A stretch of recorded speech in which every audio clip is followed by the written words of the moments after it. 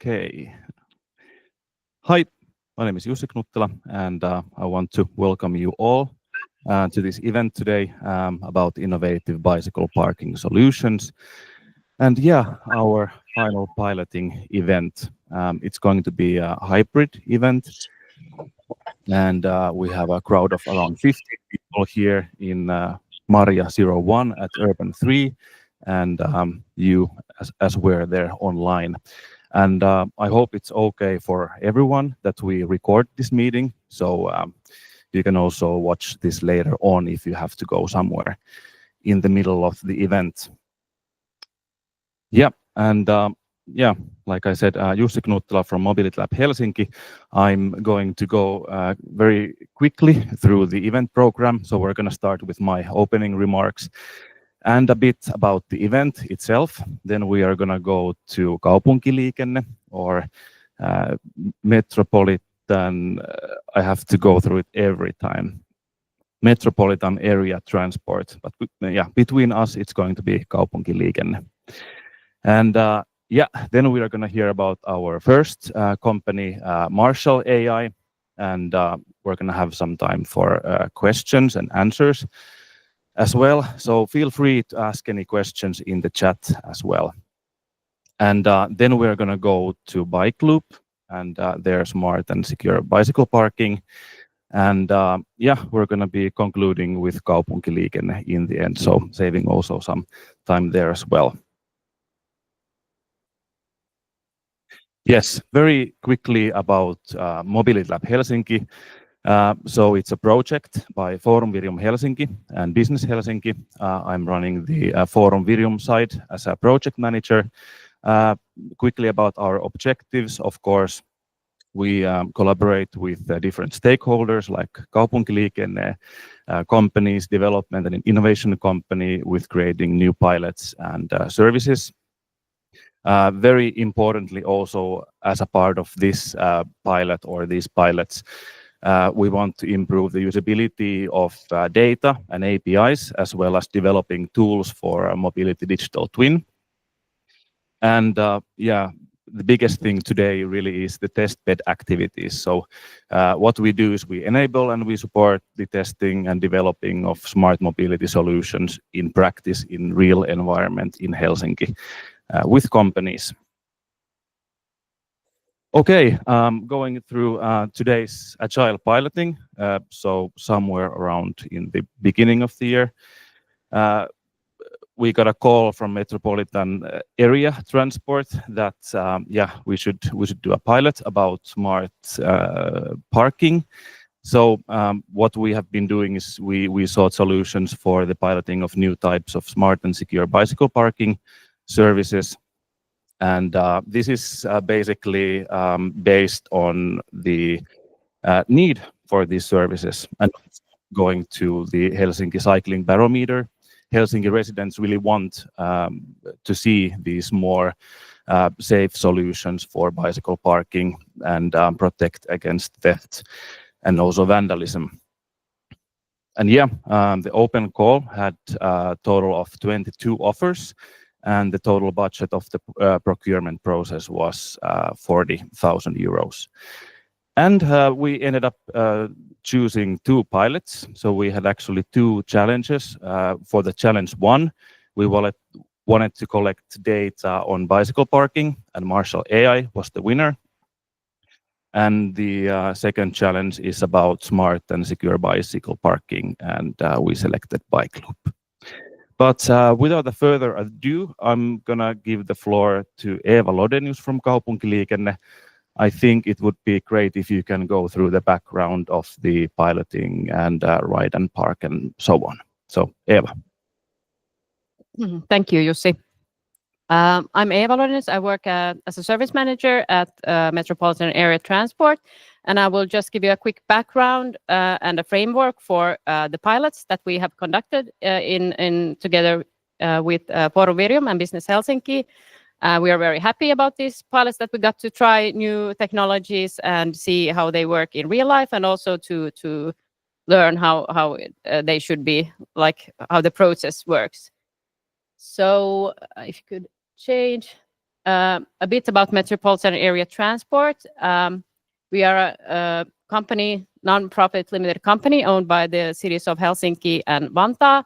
We operate the metro and trams in Helsinki, and also take care and develop the public transport infrastructure and also the bike and ride and park and ride services and cycling services provided in Helsinki.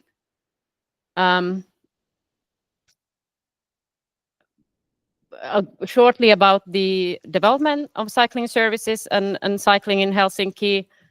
We develop our services close together in cooperation with the City of Helsinki, and the City of Helsinki has a bicycle action plan from 2020, and there the objective is to shift the model share of cycling in Helsinki to 20% per 2030. And in achieving this goal, the cycling services also has a big part in developing the cycling infrastructure in Helsinki. And the goal is to develop more quality services, parking services, and the city aims to increase the amount of bike parking, 900 places every year. So that's maybe that's the framework for our development actions at Kaupunkiliikenne as well. Yeah, and the bike services that we provide in Helsinki today is the popular city bike service, and also bike center service, and the park and ride service, or bike and ride in Helsinki, that these two pilots are connected to. Thank you. A bit about the bike and ride services provided in Helsinki today. We provide bike and ride or bike parking places at every metro and train stations today. It's free for the users to use, and usually there's no time limited for the parking. And we have developed the service a lot in the last few years, built new racks, changed old racks to new ones to meet the new standards of bike parking, and better guidance, and try to do better customer experience for the customers to use their bikes and leave them at the stations to continue with the public transport. Okay, thank you, Eva. I think in the end we will then go through a bit more about the conclusions on the piloting, but this serves as a kind of a background on why we doing this. And thank you, Eva. We're gonna meet very soon. And now I'm gonna invite to the stage Arttu Laitinen, and head of Smart City from Marshall AI. And I'm gonna show a quick video about the solution that has been taking place in Kaisan Tunneli. Do you want to, Arttu, narrate what we see here? I have actually no idea what's going on in the video. So yeah, so we're actually inside Kaisan Tunneli. I just went there today to film. Yeah.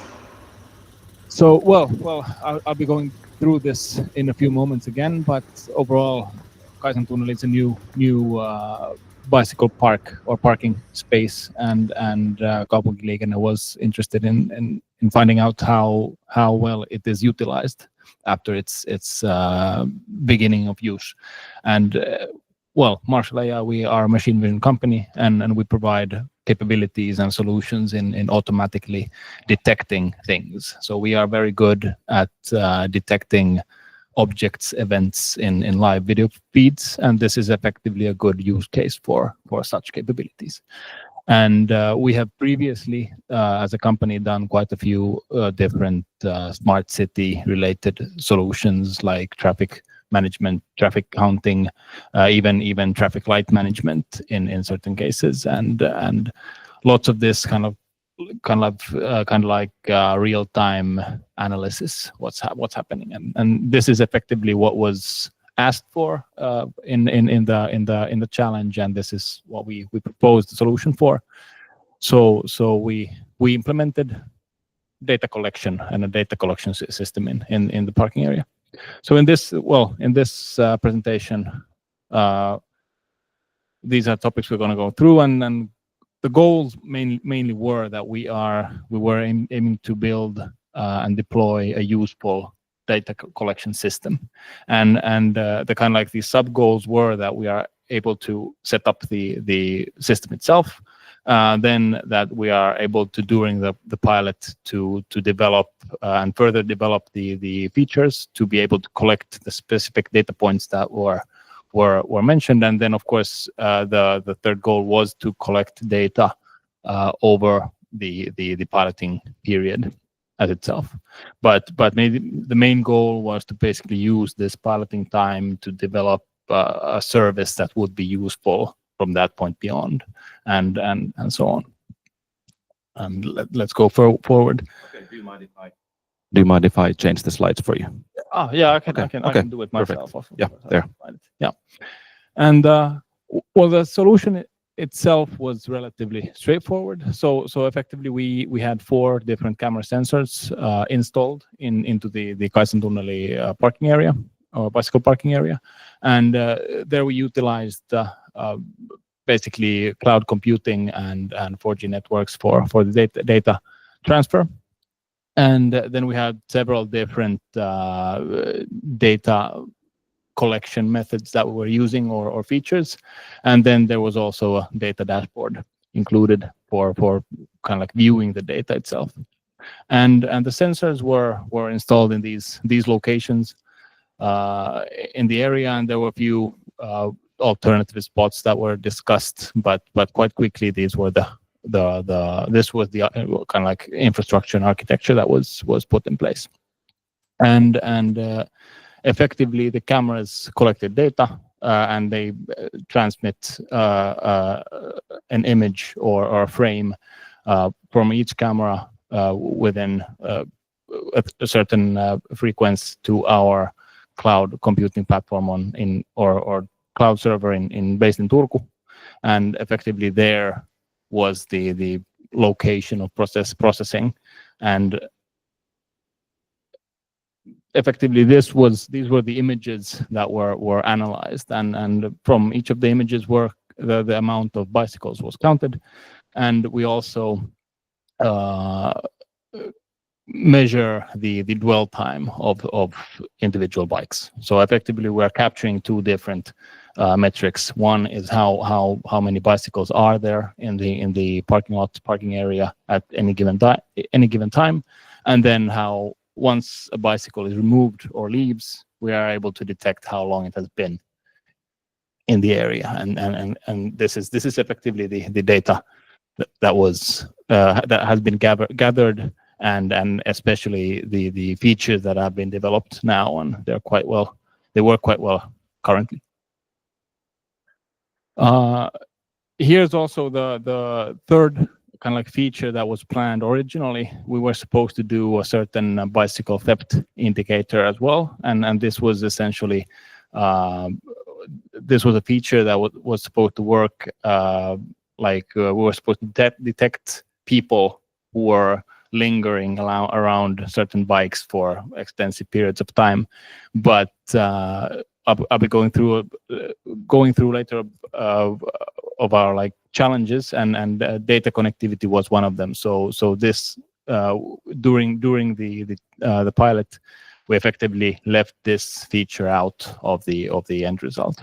So we are not doing bicycle theft indicating right now, but this is something that is doable once we have a little more stable connections.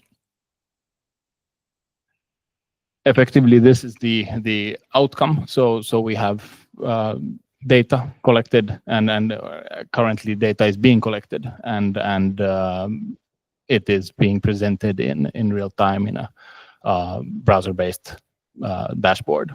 So and we currently have information about how much bikes there are parked at any given time, and then there's also a graph of the dwell times that are detected. And effectively, well, we kind of like went through the implementation, so what the system was. So generally, the pilot implementation and the schedule was that we were able to start and get going quite quickly. So we had our kickoff meeting in the end of May, and then a week later we had specified the location where we will be doing the pilot and conducting the pilot. I think there was another like metro station or other candidates as well for different bicycle parking locations, but Kaisantunneli was picked. And then a week after that, we were able to visit the location and then have the installation plan finalized. And in mid June, we had our equipment, cameras and 4G routers installed, and then effectively a month later, the data collection started from the summer period. So during that period, we effectively collected training data from the cameras and trained bike detector models. So and because we are using convoluted neural networks to detect these different objects that are in the biking area. And this basically the improving of these models and their accuracy.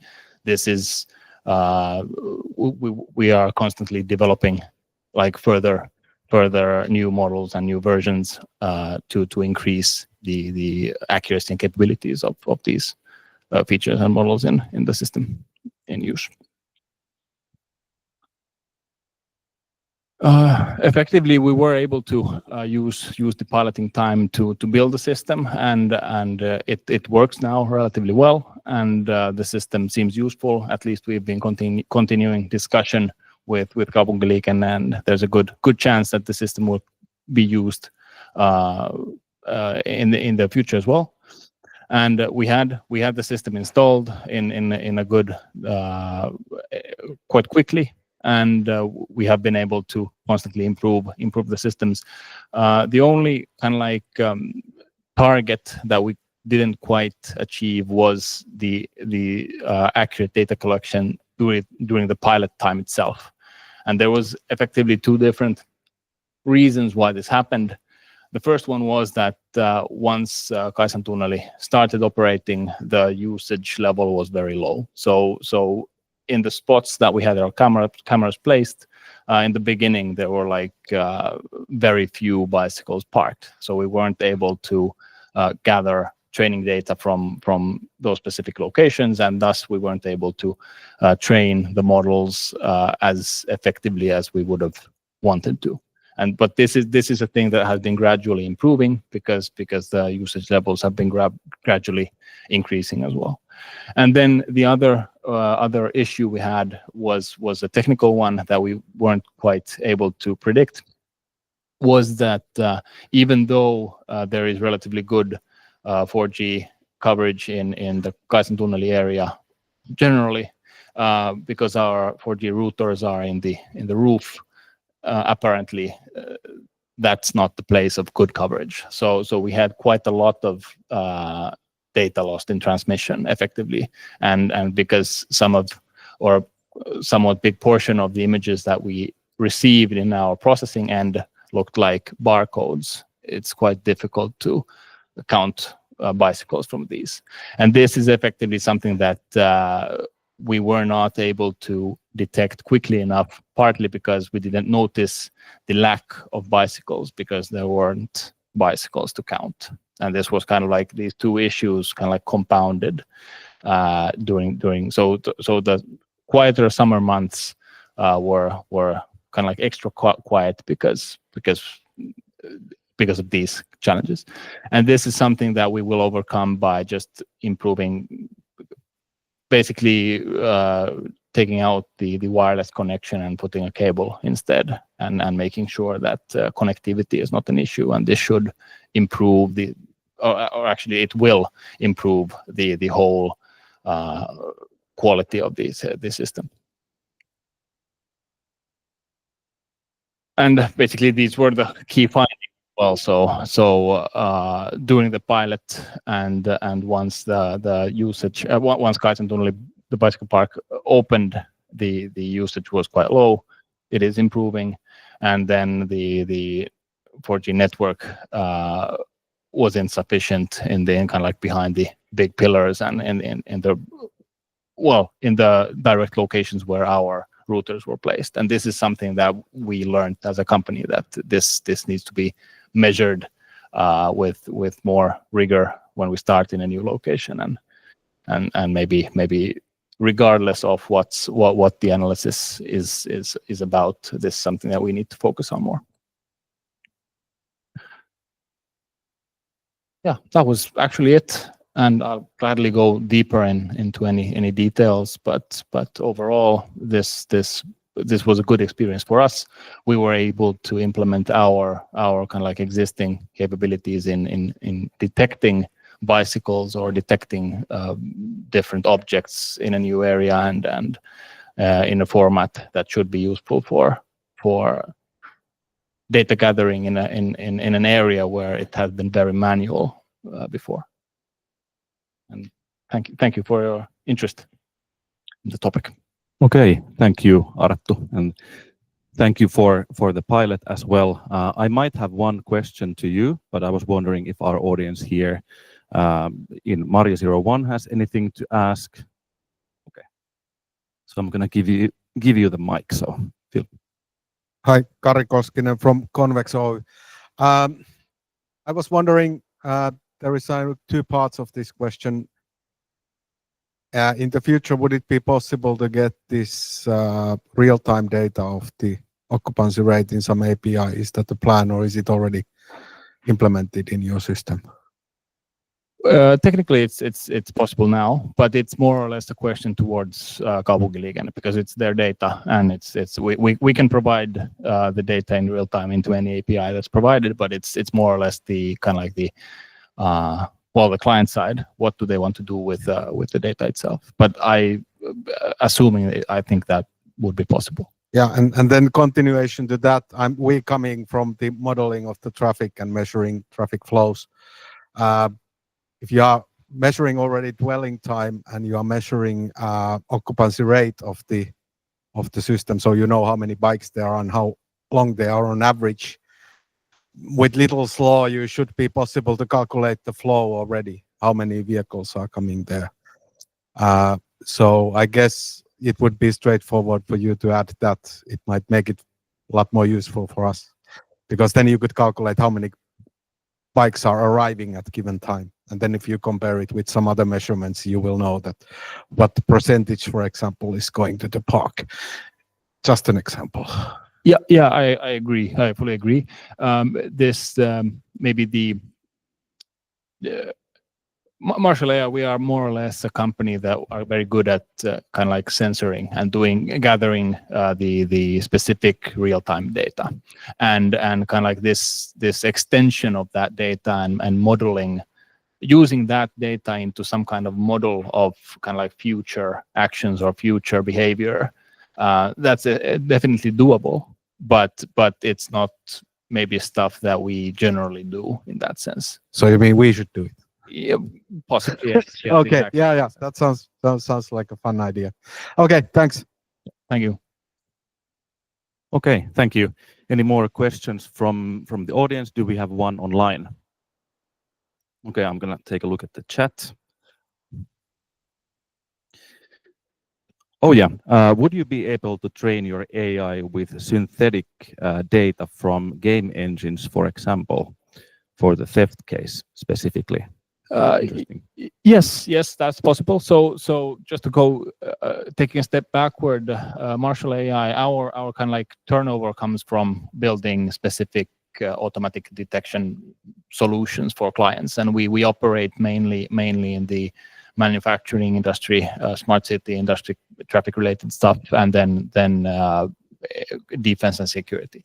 So effectively, in any area where you would be interested in to automatically detect something, and our real product is the signal analysis platform that we actually use to build all of these different solutions. And in that, we have used synthetic data before for specific use cases. And in this case, it would be possible to utilize some game engine to produce data, but in this specific case, and because these kind of like human object classes and bicycle object classes, they're so common in this surrounding, we don't necessarily need specific.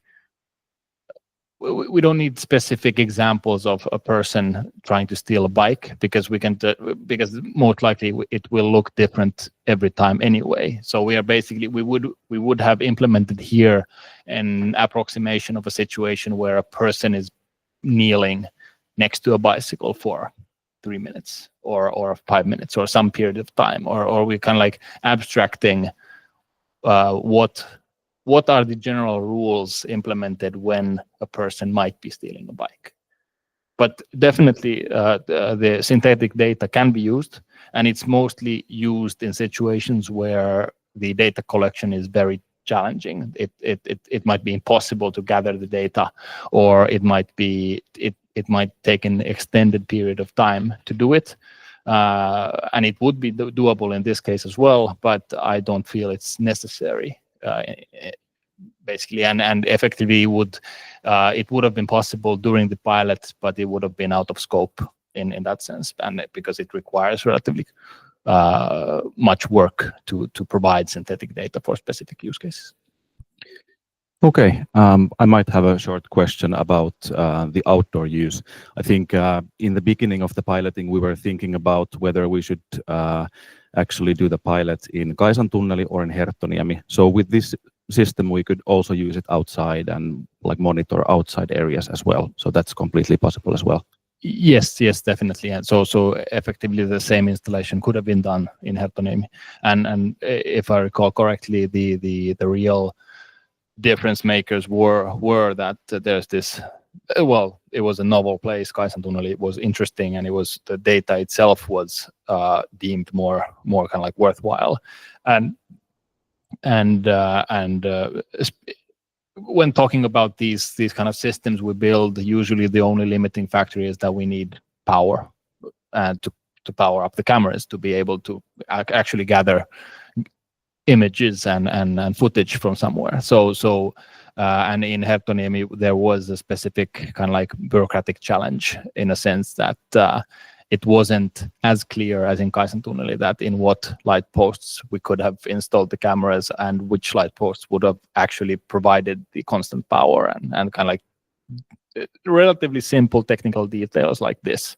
But if effectively in this system and in any kind of like similar system, if we have a place where we have good visibility and constant power, we can provide a counting system or a monitoring system anywhere. And this is we are not kind of like bottlenecked with poor wireless networks, because we can do edge computing stuff as well. But in this case, it was much more easier to go forward with the 4G networks, because we assumed that, and those should have worked. Okay, perfect. Thank you, Arttu.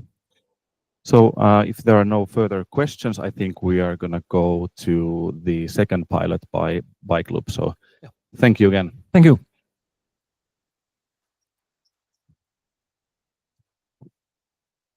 All right, so we're gaining speed, and I would like to invite Richard Deardahl to join us. I believe you are coming to us remotely. Yes, hello. Richard. Hi. Do you mind if I show a short video about your solution in Kamppi? Please do.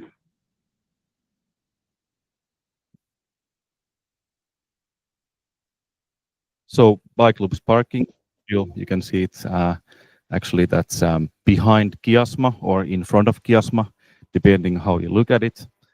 User opens the door with an application. There's enough space for a gravel bike like mine, and also helmet. There's a small table. Also possible to leave your backpack. Closing the door is fairly simple. You just close the door and you confirm at the app, and off you go. So yeah, I was doing not just coordinating of the pilots, but also working as a model. So very, very interesting pilot. But enough about my yapping. Richard, the stage is yours if you have your presentation ready. Yes, I have. One moment. We'll just need to change the screens here.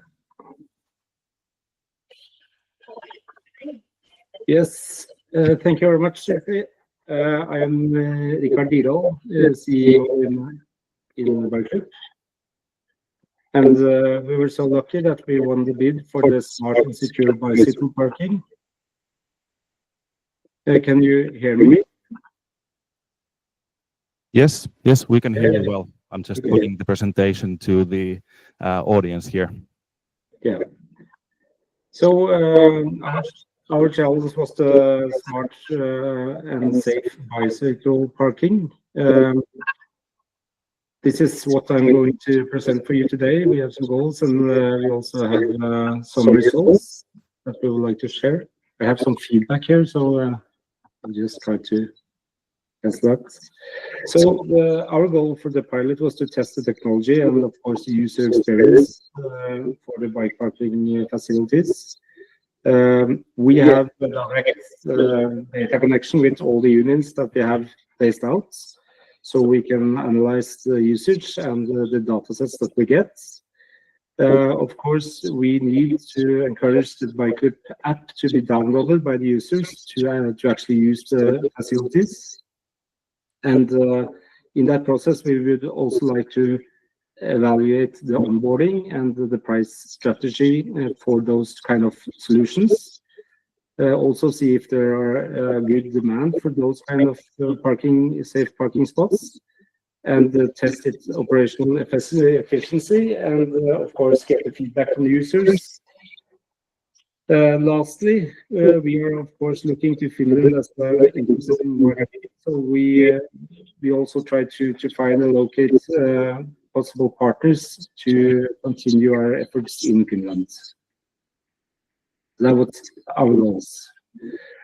So first of all, I will tell you a little bit about how the solution works.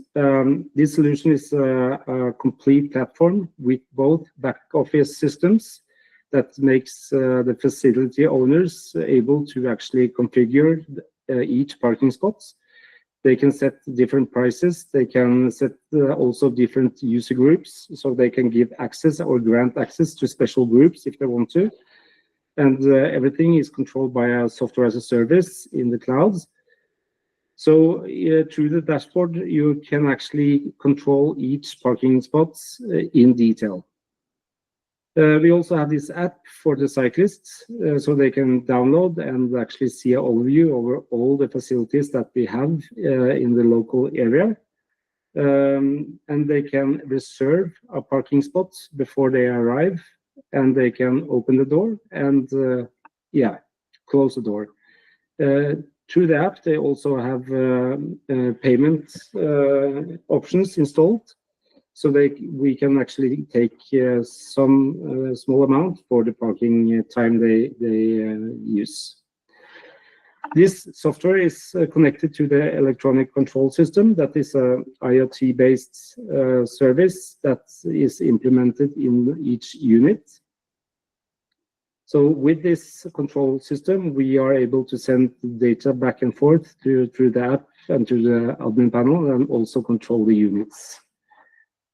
And then we have several safe parking products. The frame that I'm going to show you today. We also have other products like Flex and Hub, this big tower that only takes up 7.8 square meters and can store up to 24 bikes. So please go into our website and see the rest of the portfolio of our products. But our intention is to have products that fits different needs in the market, both outdoor and indoor. Towards all this, we would like to add and develop smart services That could be, for example, if you're going to the movies, you should be able to buy the movie tickets and reserve smart bike parking at the same time. Or if you go to the shopping center, you could actually ask someone to pick up your groceries or stuff that you bought and bring it home for you. So we are going to try to make the daily life for cyclists easier and safer. And our platform is API based, so it's possible to integrate this in existing parking apps or other solutions. We can also integrate other third-party software into our solution. So that's why Marshall AI should be a partner in the future. So we'll probably speak more with them. Okay, the implementation process was kind of complex. Of course, we had to produce the products. We have a production locally here in Norway, in Kristiansand. The units was loaded onto the truck, and we had this location beside the art museum.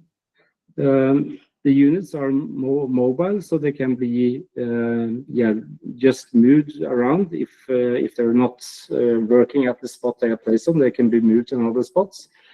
And the installation is kind of a short process. If it's ready installed from Norway, you can just add the power and then it will work. But in this case, we actually sent a technician over to do the installation at location.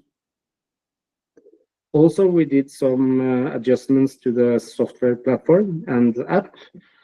We had, of course, we needed to adapt the app to the Finnish language and make the terms and conditions localized. We had to implement euros since we are only supporting Norwegian crowns before the piloting.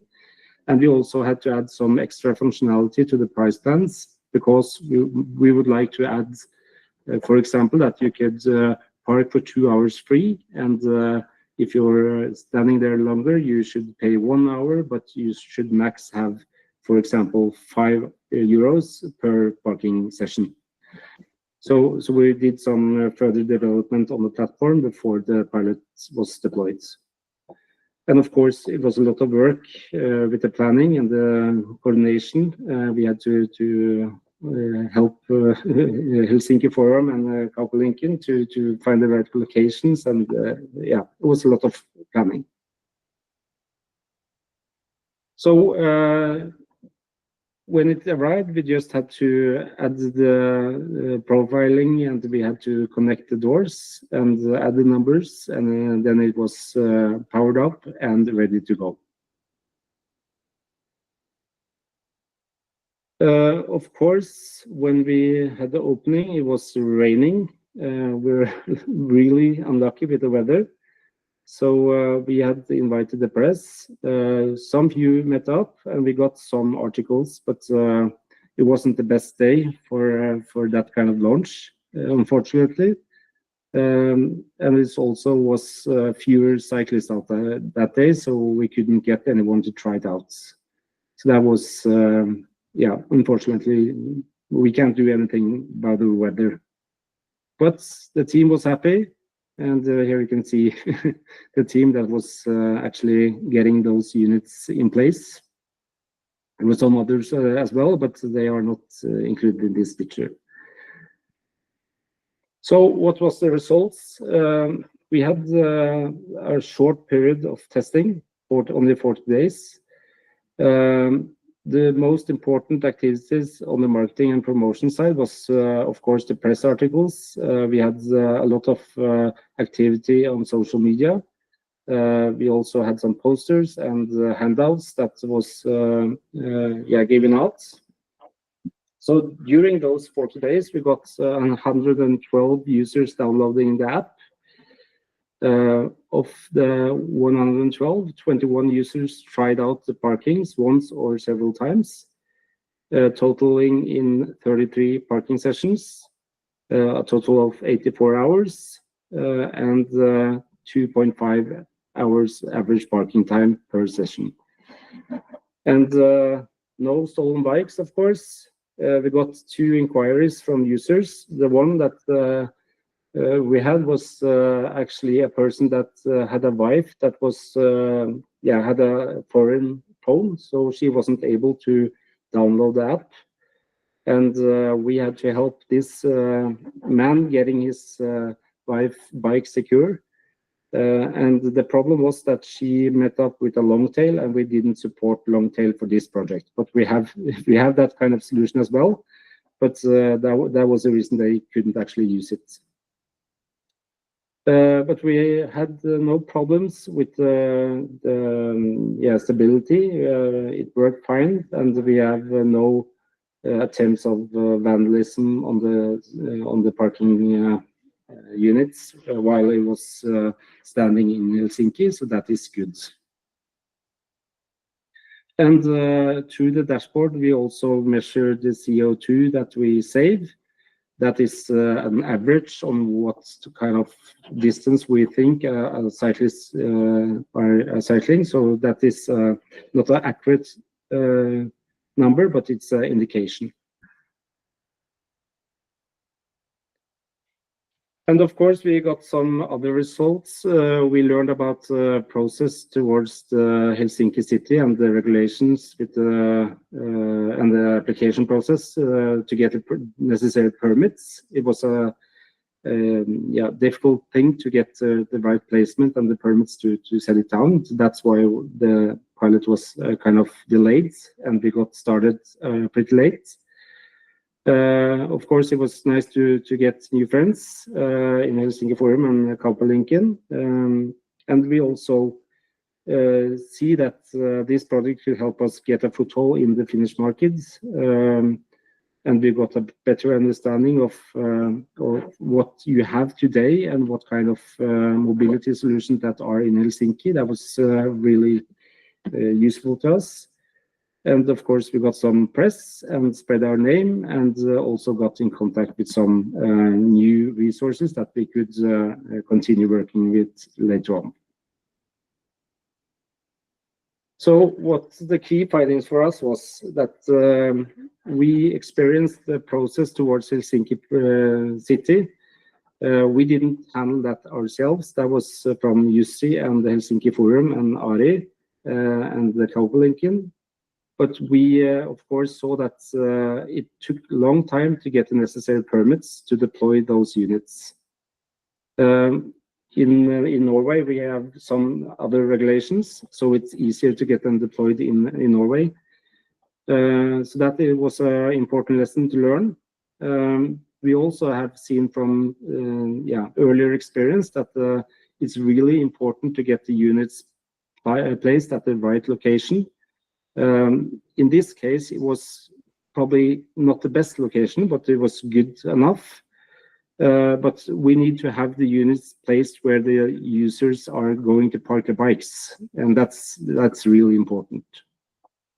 As I said, we didn't support long tails for these 2 units that we sent to Helsinki, but that is supported in our solution. So that is something that we could think of next time we're going to deploy.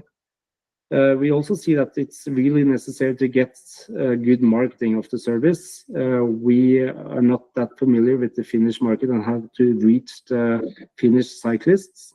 So, but it's really important to get the message out and reach those few that are going to park at exactly that spot. And that is a big job.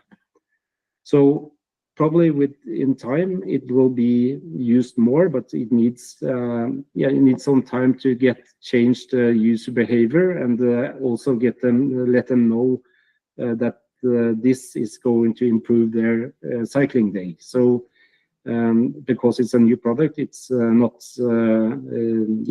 someone is probably a little bit afraid to try it out, or skeptic, or I don't know.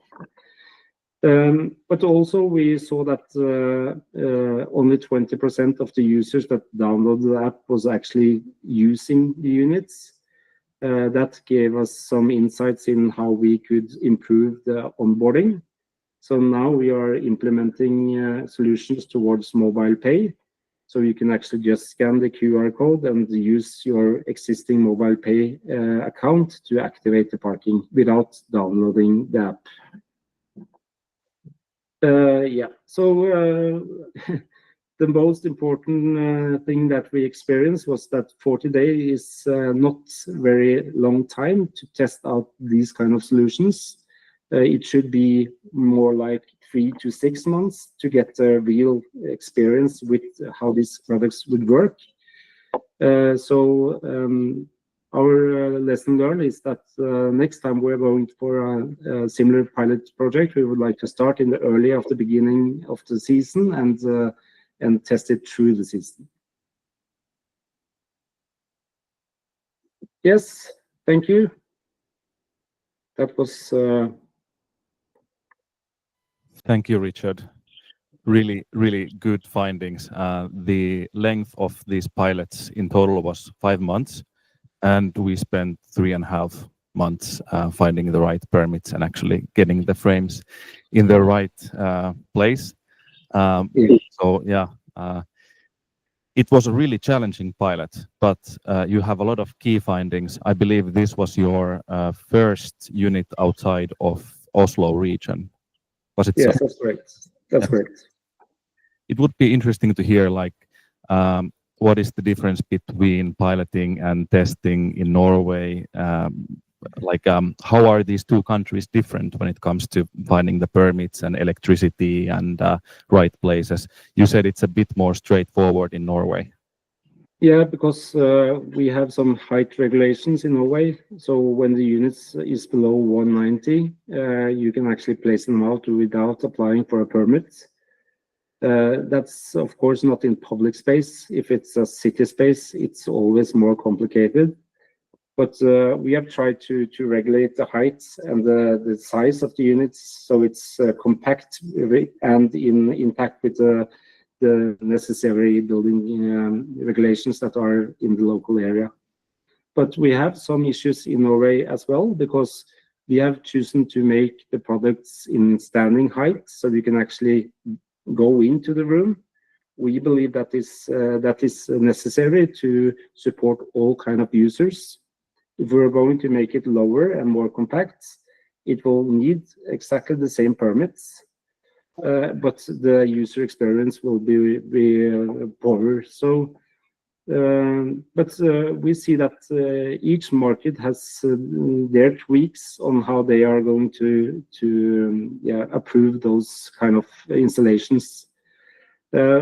One thing that we see in Norway is that the municipalities and the politicians are really positive to getting those kind of units placed out, because that supports their goal to get more people on their bikes. So for the 12-meter high tower that we have, that permit went through in 2 weeks. And that's 12-meter high, you know. So with the correct backing from the politicians and from the cities and municipalities, this process should be a lot easier. Yeah, thank you, Richard. Good insights. I might have some more questions, but I was wondering if anyone in the audience has anything to ask. So questions to Bike Loop. Yes, here. Hi, I had a question because you are operating in Oslo, if I understood correctly, and you've been doing it a bit longer there. And you were mentioning that 40 days is not enough to get customers. I'm sure that's true. I was just wondering, what's the distribution of your customers in Oslo? Is it regular customers coming every day, or is it a lot of customers coming and just park once and then go away? What's the, let's say, distribution of those customer groups? Yeah, it all, of course, depends on how the units are placed and who is giving access to the units. If you have, for example, a business, they use it every day, but then you have a controlled user group. For open facilities, for example, those that we have in Oslo, it's actually fun to see that once they've tried the solution once, they actually continue parking. So that's a good finding. So that means that we are actually providing a good service, and they are using it more than one time. But of course, you need to reach those users that are needing to park their bike at that location. And some people aren't going the same place every week. So we see that there's no really clear data flow that we can analyze yet, but we are getting there to understand the user behavior. Thank you. Yes, one more question. Hello, my name is Henni Ahvenlampi. I'm from Helsinki Region Cyclists, HEPO, the local bicycle advocacy group, NGO. First, I want to, before I forget, to say thank you for this project, all of these tests and all the work that you have done in Forum Virium and Kaupunkiliikenne and in each of you startups. You have a very nice approach, and we, as the NGO of this field, really appreciate your work of trying to tackle the issues. And I often get messages from people who have expensive bicycles, and these types of solutions are definitely needed. I have personally also worked in startups, and many of the findings are something that the cities here need to learn about and are clearly also learning. And I think that it's necessary to have these kinds of safer spaces. We have also pro bono tried to help to get the message across of this particular project. And I know that people they weren't afraid of the solution not providing safety for their bike. They were a little bit unsure what happens after the 8 hours, but you were able to clarify the answers. And I'm happy that you got customers, even though the test trial was this short. And welcome to the EU market. And I hope that this solution and similar solutions will be available to us in a lot of the locations, because of course, when we have a network like Eva explained about the train stations and metro stations, and many other people need to see them in many locations and be get customer with the solution that they're using for to change their behavior. But I also appreciated you explaining about the grocery store delivery addition to this. So thank you for taking a broad look at this issue. Thanks. We have this pilot in a location called Fornebu in Norway, where we have a shopping center. A problem that we see in Norway is that shopping centers, they are really all for cars, because if you arrive to a shopping center with a car, you can take with you more groceries, more stuff. So a car parking is really valuable.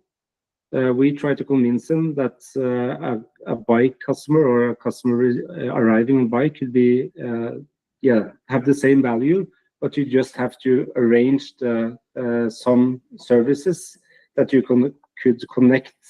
So what we are trying out in Norway is that you arrive, you park at the shopping center, you bring your stuff into the parking unit, take out your bike, and then you actually arrange some carrier to pick up the groceries from the secure bike parking.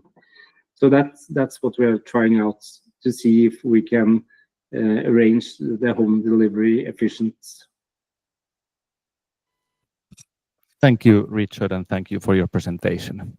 Okay, we're moving to the last part.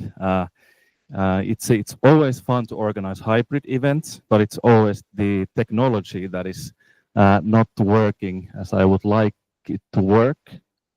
So bear with me.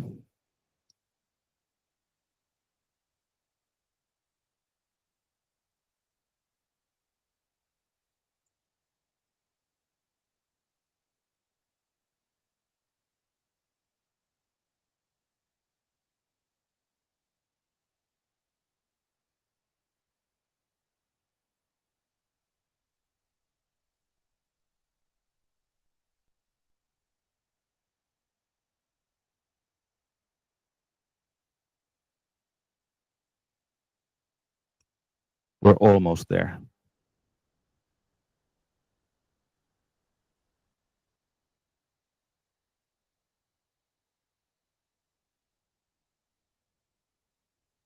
Yes.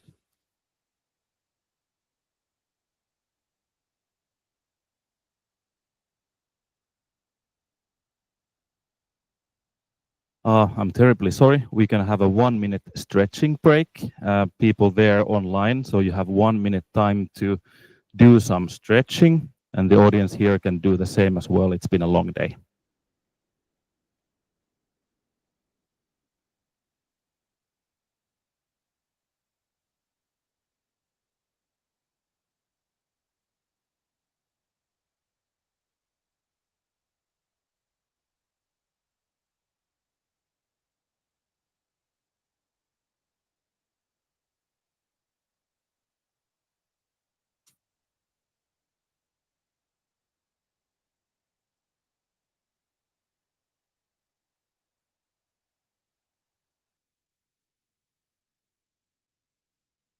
Phew. Oh, now it should be working. Ooh, a lot of pressure. Live event. Okay, Eva, we have around 5 minutes left. So what do you think about the pilots? What are your key findings from the pilots? Yeah, thank you. And thank you again to Bike Loop and Marshall I. It has been a pleasure to work with you on the, and of course for Virium for all your work to get these pilots conducted. As we said, or as you Jussi said and in the beginning, we at Kaupunkiliikenne want to learn more about smart and secure parking solutions, how to get more data to understand the bike patterns or how the different facilities are used for decision making, and also for other needs. For example, how to detect abandoned bicycles. That's also an issue in Helsinki.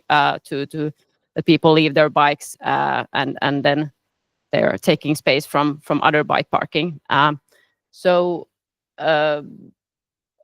we're very pleased with these pilots, and I guess the key findings from our point of view was they were very similar to the ones that Bike Loop just presented. We got really good lessons learned from these pilots. As you said, we noticed that these, even though you talk about agile and quick pilots, they really do need a lot of preparation. They need permits. They're even if just a shorter time they're there, they need permits like they would be permanent solutions. Roughly. So we noticed that it took a lot of resource from every stakeholder involved. So in that sense, it would be good to prepare, to have a lot of or more time to do the preparations before then deploying the pilots. And so that's an important lessons learned. But we got a lot of good insights how the processes in Helsinki at least works from this point of view.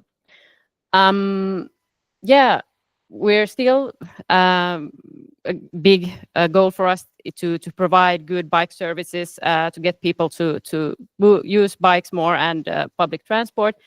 So in that sense, we still want to learn more about secure solutions as part of the travel chain to get people to use the bikes, because as we have heard today, people are getting more e-bikes, more expensive bikes. They don't necessarily want to leave them just anywhere. So that's of course something that still is in the future seen. And also, as we discussed and heard today, the location is really important, that there are really good placed in sense of where people want to park their bike, and also that the user experience is good for the people to want to use the service.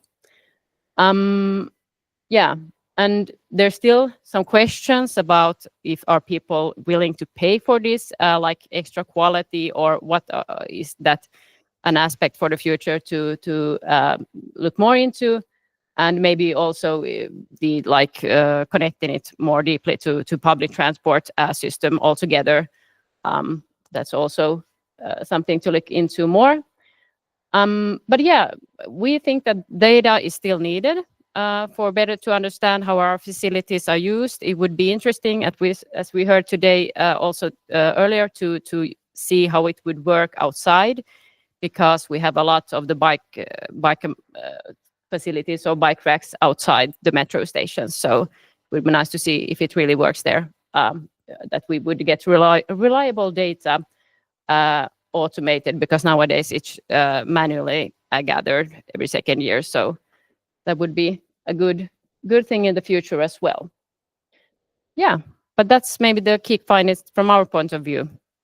Yeah, so positive thoughts about testbed activities, and now you learned a lot from these two pilots, very different services, something that you haven't had before. And also now we have some more data about bicycle parking, and that was the goal of these two pilots. So maybe in the future we are going to be seeing similar solutions by Kaupunkiliikenne. I assume something like this. Like, what does the future hold? Yeah, that's a good question. Hopefully we will continue discussions as we heard today. To the goal was to get try out a modular, scalable, like this parking module to see if it works and what's the demand, and maybe then continue to grow a network. So we know that there's a demand for secure bike parking. That's according to the cycling barometer, one of the reasons to get people more to use their bikes. So I would I would see that is something we would like to try more, like in a longer period. As we heard today, it was a really short pilot period, so it would be good to get more from a longer time period experiences. Yeah, thank you, Eva. And just a few things before we go. We're 2 minutes late already due to my technical abilities, but visit Pyörätalli, park your bikes in Pyörätalli. Bike loop frames are still near Kiasma, so go and try them. They are there until next week. We will also send a survey. Well, we have already sent a survey to the users of the bicycle parking, so maybe then we can get a better glimpse of how much are people willing to pay for parking in the city center and so on. So that is still to come. But thank you again. It was very nice piloting with you, and hopefully something from this will flourish. And okay, thank you. Thank you. I'm going to go very quickly through my last slide. So what happens next in Mobility Lab Helsinki? So we will be present at the ITS Finland Autumn Seminar. So feel free to join and see us there as well. We have companies there at the small expo, companies that we have piloted before with, and data pilots will continue even though Mobility Lab Helsinki project runs in the end of the year. So we will be piloting in one way or another, and we will be focusing on loading zones during winter 2024 and 2025. And some future testbed activities will include mobility hubs and related services to them. So please visit our webpage, mobilitylab.hel.fi, and also Forum Virium Helsinki's website and Business Helsinki. I think I covered all the web pages now. And I'm wishing you all a great end of October. And feel free to go through the webinar again, share it with your colleagues, and have a great rest of the October. Thank you.